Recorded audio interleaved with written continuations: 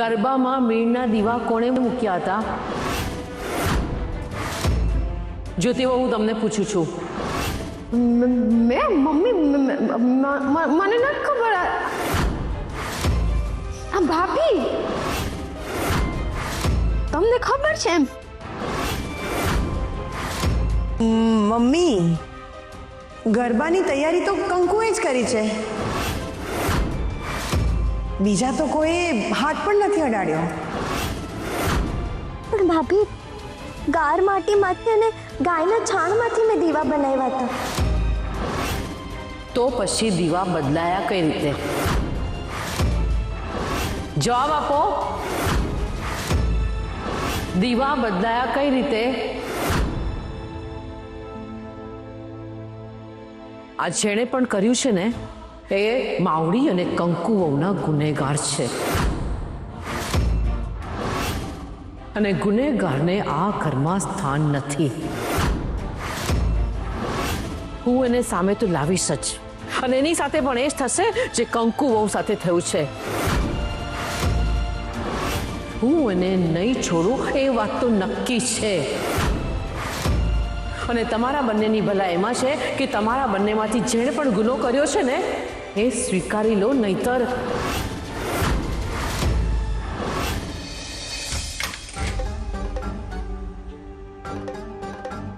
લઈ લીધો લાડવો? હે, પાડી દીધી ઓલી કંકુડીને? જોયું ભાભી, જોયું? હે, આમાં ને આમાં તમે મમ્મીની લાગમાં આવી ગયા કે તમારી ભેગી હોય.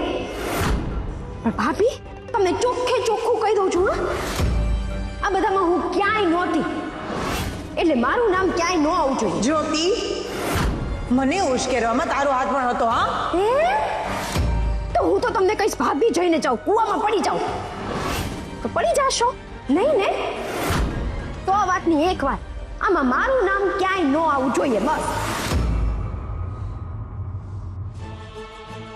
સેના દેખારા ચાલે છે? કંકુડીના. આ ભાભીએ છે ને કંકુડીના દીવડા છે ને એને મીણના દીવડામાં બદલી નાખ્યા. ને એ વાત છે ને મમ્મીને ખબર પડી ગઈ છે.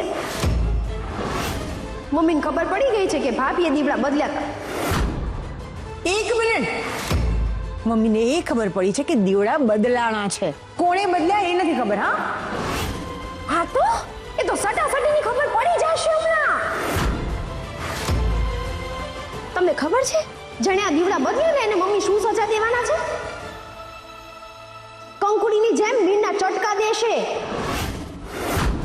મારે શું, ભાભીને દેશે ચટકા.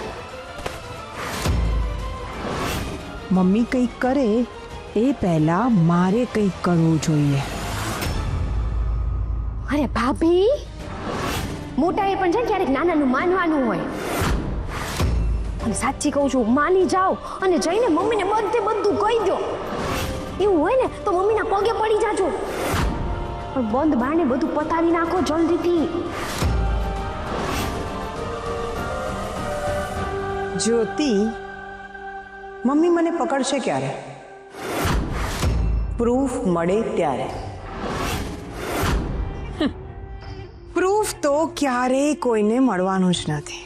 ઓ ભાભી, આવા ખોટા ફાકા નો રખાય. હો, ખોટું હોય ને એ ક્યારેક ને ક્યારેક તો પકડાય જ. ખોટું હોય એ, પણ હું તો ક્યારેય કંઈ ખોટું કરતી જ નથી. આય બાપા, આ જો આ શું કે છે? સાચું કે છે?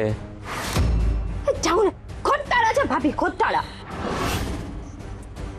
મેં જે કંઈ પણ કર્યું છે એ કોને કોને ખબર છે? આ રૂમમાં અત્યારે જે ઊભા છે એ 3 જણાને. સાવ સાચી વાત. તમો મને મારા વર ઉપર તો વિશ્વાસ છે 100% કે એના મોઢામાંથી એક શબ્દ પણ નહીં નીકળે. પણ તારો કોઈ ભરોસો નહીં. તો ગમે ત્યારે તાજનો સાક્ષી બની જાય. અને જો જ્યોતિ એવું થયું છે ને, તો યાદ રાખજે. ઓ ભાભી, આવું હોતું હોય હે? શું બોલો તમે? અરે તમે તો મારા મોટા બેનની જેમ છો. તમને હું ખુલ્લા પાડું? હે, તમારું ભાંડો ફોડું? અરે આવું જો ભૂલથી પણ થાય ને મારાથી તો મરે ઓલી કંકુડી. પણ તમુ તે માતાજીના કામમાં આવું શું કામ કર્યું? ખોટી પાપમાં પડીને તું. મારે કરવું પડ્યું ગૌરાંગ. ઓલી કામવાળી કંકોડી માથે ચડીને બેસતી હતી ને એ મારાથી સહન નહોતું થતું. એના ઓર્ડર તમે લોકો સાંભળી શકતા હશો પણ હું નહીં. મારાથી એ નહીં સંભળાય. અને એક મિનિટ, એનાથી માત્ર મને વાંધો નહોતો, દુશ્મની બધાને હતી. અને મેં જે કંઈ પણ કર્યું છે એ માત્ર એનાથી મને નહીં બધાને લાભ થવાનો હતો. હા, યાદ રાખજો. હવે આ ટીમ જો તૂટી છે ને અને મારા વિરોધ કોઈએ પણ મમ્મી પાસે જઈને ચાળી ખાધી છે ને, મારું નામ જો આવ્યું છે ને, તો હું કોઈને નહીં છોડું. મારી પાસે બધાની એકે એકની છઠ્ઠી મારા હાથમાં છે. મને ખુલ્લી પાડતા વાર નહીં લાગે. મમ્મી મને તો માત્ર મીણના ગરમ ગરમ ચટકા આપશે. પણ યાદ રાખજો અને વિચારી લેજો કે તમારા લોકોનું શું થશે.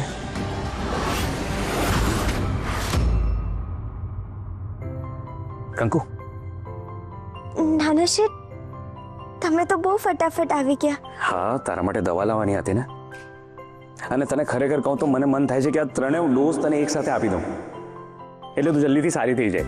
નાના શેઠ, આમ સાજા ન થવાય. ઉલટાના વધારે બીમાર પડી જવાય. અને તમને તો ખબર છે ને બાપુજી શું કહેતા, ધીરજના ફળ મીઠા. એટલે આપણે થોડીક ધીરજ તો રાખવી જ પડશે. હા, પણ કંકુ ક્યાં સુધી ધીરજ રાખવાની? 4 કલાક થઈ ગયા તો પણ તારો પેન ઓછો જ નથી થઈ રહ્યો. આટલું બધું થઈ ગયું એ સુદ્ધા પર તું હુંકારો નથી કરી રહી. અને કંકુ, આજે તે ઘરની આબરૂ બચાવવા માટે જે કર્યું છે ને, એ જોઈને તારા પ્રત્યે મારું સન્માન હજી વધારે વધી ગયું છે.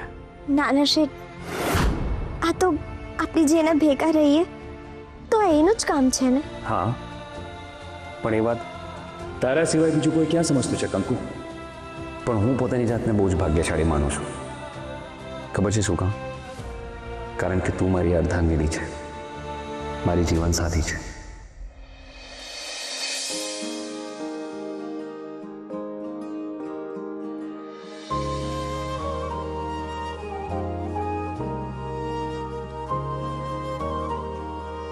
શું કરો છો નાના શેઠ?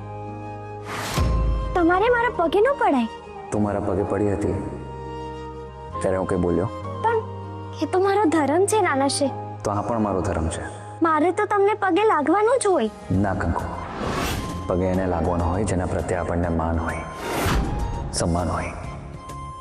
તને મારા પ્રત્યે માન છે એટલે તું મને પગે લાગે છે.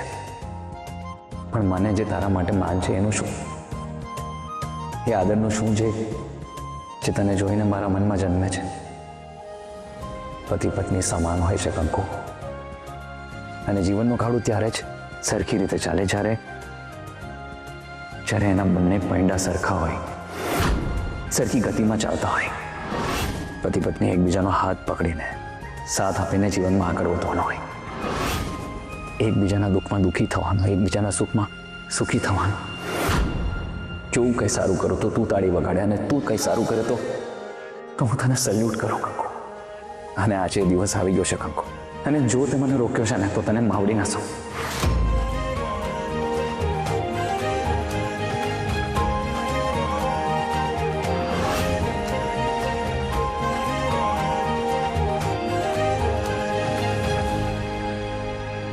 કંકુ,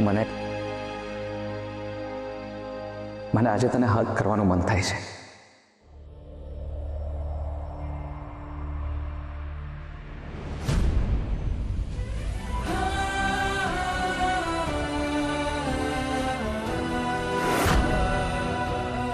પણ આજે નહીં, અત્યારે નહીં.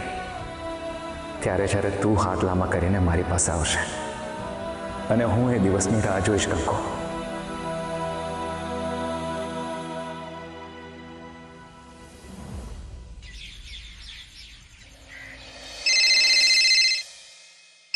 મિષ્ટી માસી, હેલો. હા જયશ્રી માસી બોલો. ટિફિન નથી મોકલવાનું? શું કામ? શું થયું? તમને ભાવ્યું નથી? અચ્છા, તમે વટ સાવિત્રીનું વ્રત રાખ્યું છે પતિના લાંબા આયુષ્ય માટે? અચ્છા, તો બહુ સારું કહેવાય. હા હા, કાંઈ વાંધો નહીં. હા હા, ચાલશે. હા, જો પતિના લાંબા આયુષ્ય માટે વટ સાવિત્રીનું વ્રત રાખવું પડે તો હું રાખીશ. હા, હું પાને પૂછી લઉં. બા, શું થયું? બાને પૂછવાની જરૂર નથી. આ વ્રત તમારે રાખવાનું છે. લગ્ન પછીનું આ પહેલું વ્રત હશે તમારું. આ શું છે બા? વટ સાવિત્રીના વ્રતનો પૂજાપો અને આ લાલ બંગડીઓ લાલ બંગડીઓ તમને આપવા માટે જ આવી હતી. અમાર પહેલી વારનું વ્રત હતું ને ત્યારે મમ્મીએ મને ને તમન્ના ભાભીને પણ આવી રીતે લાલ બંગડી દીધી હતી. આ તમારા માટે.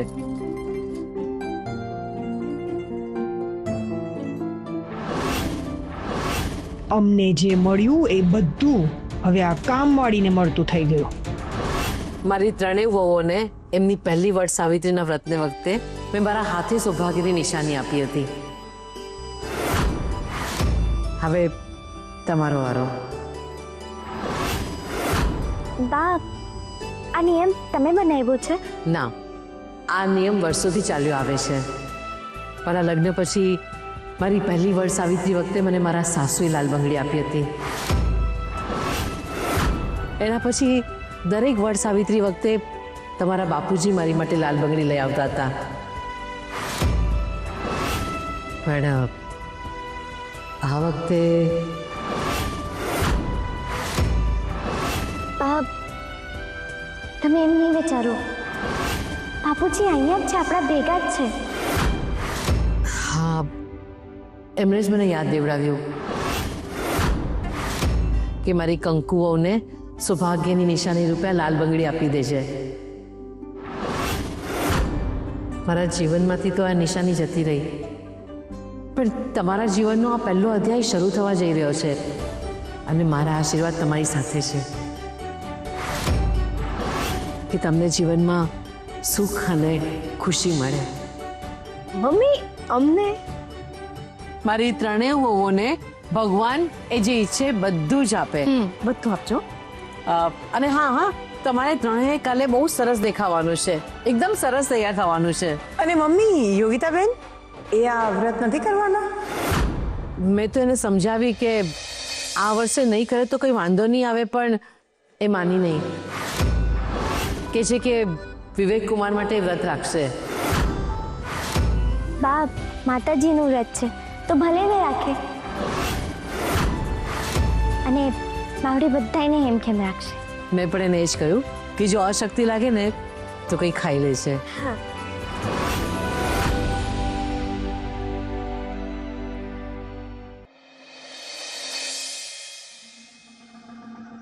ભાભી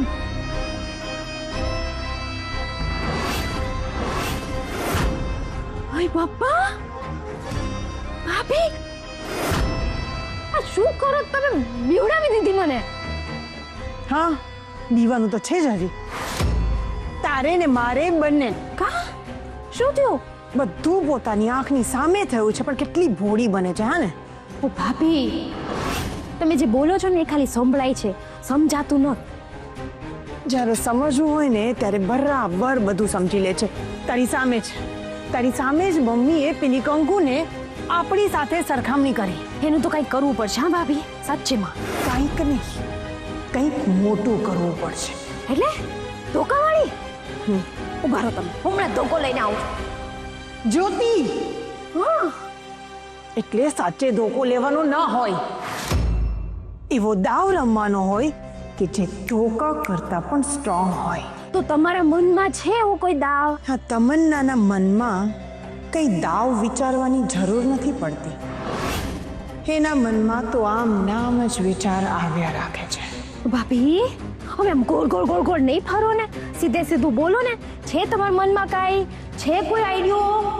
હા, આઈડિયો મારા મનમાં આઈડિયા છે કે જેનાથી કંકુ મમ્મીની નજરમાંથી પણ ઉતરી જશે અને કંકુ વડ સાવિત્રી વ્રત કરી પણ નહીં શકે.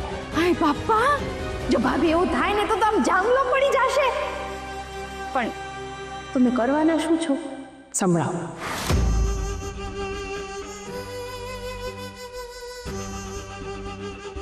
વાહ ભાભી, તમે તો છે ને ચાણક્ય કરતા એમ વધારે બુદ્ધિ વાપરો છો. એવું કહેવાશે જો તમારો આ દાવ પાર પડશે તો. પડશે, એવો પાર પડશે ને કે હવે કંકુ સીધી ઘરની બહાર જશે. બસ તું તૈયાર થઈ જા.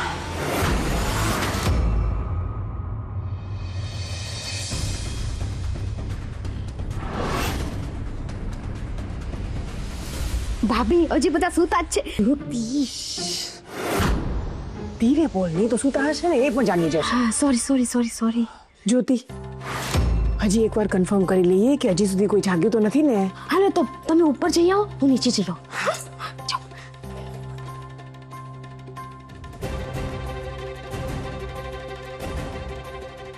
ભાભી બધા હજી સૂતા જ છે. હશ, હવે જા, જલ્દીથી તેલ લઈ આવ. તેલ? ઓલું માથામાં નાખવાનું કોપરેલ કે સિંગ તેલ? મારી માં કિચનમાંથી સિંગ તેલ આખી બોટલ. સમજાણું? આખી બોટલ? હા. જા જલ્દી.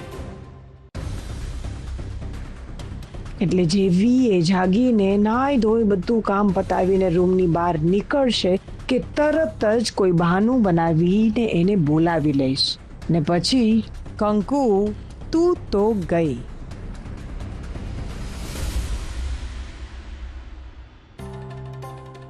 બધે ધ્યાન રાખજો કે.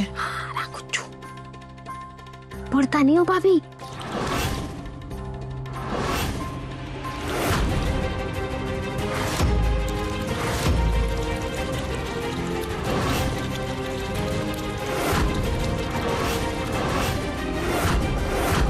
ભાભી હવે આપણે ફ્રેશ થઈ જઈએ અને પછી આપણો આગળનો પ્લાન અમલમાં મૂકી દઈએ.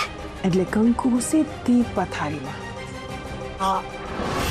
અને જો આવું થયું ને તો તમારા મોઢામાં સવારમાં સાકર ઘી બધું.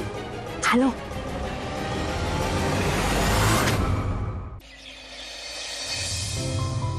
નાના શેઠ, તમે બહુ જલ્દી તૈયાર થઈ ગયા. બહાર જવાનું છે? હા કંકુ, એક ભાઈને મળવા જવાનું છે જોબ માટે. કંપની મુંબઈની છે પણ કામ અહીંયાથી જ કરવાનું છે, ગુજરાતથી. જો આ જોબ લાગી ગયો ને કંકુ તો બહુ રાહત થઈ જશે ખરેખર. નાના શેઠ, તમે ચિંતા નહીં કરો. મનથી મહેનત કરશો ને તો બધું ગોઠવાઈ જશે. કંકુ મને મોડું થાય છે, પેલા ભાઈ પણ નીકળવાનું છે, હું નીકળું છું. પણ નાના શેઠ, તમે નાસ્તો તો કરતા જાઓ, થોડુંક ખાઈ લ્યો. કંકુ, અત્યારે નીકળતી વખતે ક્યાં તું ખાવાનું નામ લે છે? બસ 2 મિનિટ લાગશે, ફટાફટ બનાવી દઈશ. અને ખાવાનું નામ લીધું છે તો હવે ખાઈ લ્યો ને. 2 મિનિટ લાગશે, હું બનાવી દઉં છું. તમે નીચે આવો ત્યાં સુધી હું તૈયારી કરીને રાખું, ઠીક છે? અચ્છા. આવો ફટાફટ. જ્યોતિ, સહન નથી થતું, બહુ જ માથું દુખે છે. તો તમારા ભાભીનો અવાજ છે. એમની તબિયત ખરાબ લાગે છે. એકવાર જોઈ આવું. હા ભાભી, ચિંતા નહીં કરો, શાંત થઈ જાઓ. તમને ઠીક થઈ જશે. હા ભાભી, તમને બહુ દુખે છે ને? ઠીક થઈ જશે. તમન્ના ભાભી, શું થયું? અરે ભાભીને બહુ માથું દુખે છે, ચક્કર આવે છે. બહુ જ ચક્કર આવે છે. તને તો ખબર જ છે ને, ભાભીને ચક્કર આવે, માથું દુખે તો એમની કેવી હાલત થઈ જાય છે. આ ચૂપ, આંખો નથી ખુલતી બિચારા. ભાભી કાંઈ નહીં થાય, થઈ જશે સરખું. કંકુ, મારું એક કામ કરીશ પ્લીઝ? હા બોલો ને ભાભી. કંકુ પ્લીઝ, મને લીંબુ પાણી બનાવી દે ને પ્લીઝ. ભાભી, આમ પૂછવાનું થોડી હોય, બનાવવાનું જ હોય ને. તમે આયા જ રહો, હું લીંબુ પાણી લઈને આવું. હા વાંધો નહીં, ત્યાંથી એરપોર્ટ પણ નજીક પડશે. હા શ્યોર સર, ઓકે સર. કંકુ, મારો નાસ્તો રેડી કરી દે, હું નીચે જાઉં છું. તમન્ના ભાભી, હું નાના શેઠને નાસ્તો આપી દઉં અને પછી તમારા માટે લીંબુ પાણી લઈ આવું.